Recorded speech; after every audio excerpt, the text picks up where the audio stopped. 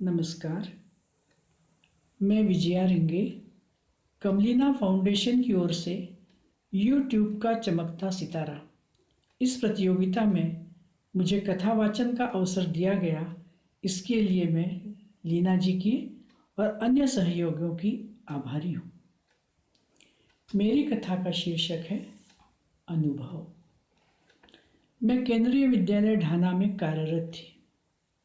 केंद्रीय विद्यालय में प्रतिवर्ष ऐच्छिक स्थानांतरण का अवसर दिया जाता है।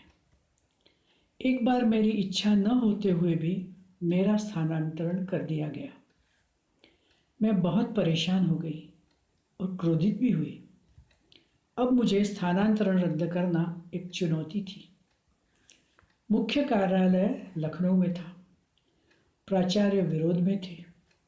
शहर छोड़कर जाने की प्राचार्य से अनुमति लेना आवश्यक थी, इसलिए अर्जी पर प्राचार्य के हस्ताक्षर करवाने जरूरी थे। हस्ताक्षर करने का कार्य विद्यालय में न हो सका। विद्यालय से मैं घर पहुंची। घर पहुंचकर देखा तो घर के सभी सदस्य अपने अपने काम में व्यस्त थे। शाम हो गई। कोई साथ चलेगा ऐसा नहीं लग रहा था। अकेली ही घर से निकली कि जो बच्चे रोज मेरे साथ स्कूल जाते हैं उनमें से किसी बच्चे को ले लूंगी। एक बच्चे के घर गई। उसकी माँ से पूछा, आपके लड़के को मैं अपने साथ ले जाऊं? माँ ने कहा, अभी यह खेल के आया है, इसलिए नहीं भेज सकती। दूसरे बच्चे के घर गई। उसकी माँ से पूछा। उन्होंने भी बच्चे को भेजने से मना कर दिया। बहुत बुरा लगा। रात हो गई। मैंने अकेले ही जाने का सोचा। आगे चली। एक ऑटो वाला मिला। 19-20 वर्ष का होगा। मैंने पूछा, चलोगे क्या? बोला, हाँ, 20 रुपये लूँगा मैडम। मैंने कहा, ठीक है, दे दूँगी। लड़का बोला, 10 मिनट रुकिए, मैं सौदा खरीद कर माँ को देकर आता हूँ। और उस लड़के ने आटा, दाल और चावल खरीदा और दुकानदार से बोला, मैं लौट कर पैसे देता हूँ। मैं ऑटो में बैठी। उसने पहले माँ को सामान दिया और हम प्राचार्य के घर तक पहुँचे। जैसे ही घर तक पहुँचे और लाइट चली गई, एकदम अंधेरा हो गया। प्राचार्य के घर सड़क पार करके जाना था। मैं जाने लगी। एकदम से लड़का बोला, रुकिए मैडम, आप अकेले मत जाइए, मैं आपके साथ चलता हूँ। सीढ़ियाँ चढ़कर हम ऊपर गए। मैं कमरे में गई। लड़का बाहर ही खड़ा रहा।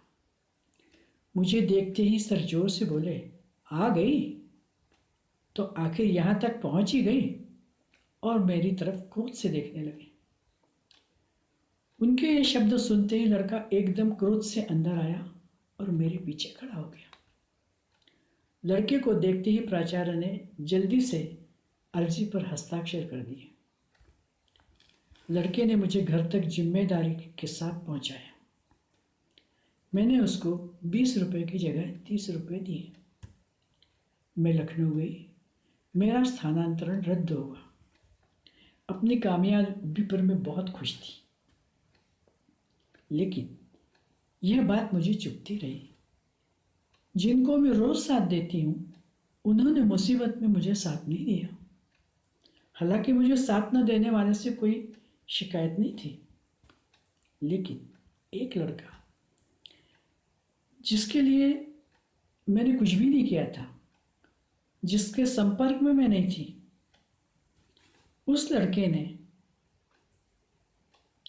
निस्वार्थ भाव से मेरी मदद की। उसकी सज्जनता, समझदारी और इंसानियत को मैं आज भी याद करती हूँ और सलाम भी करती हूँ। खुश नसीब है वो माता पिता जिनके बेटे ऐसे होते हैं। धन्यवाद।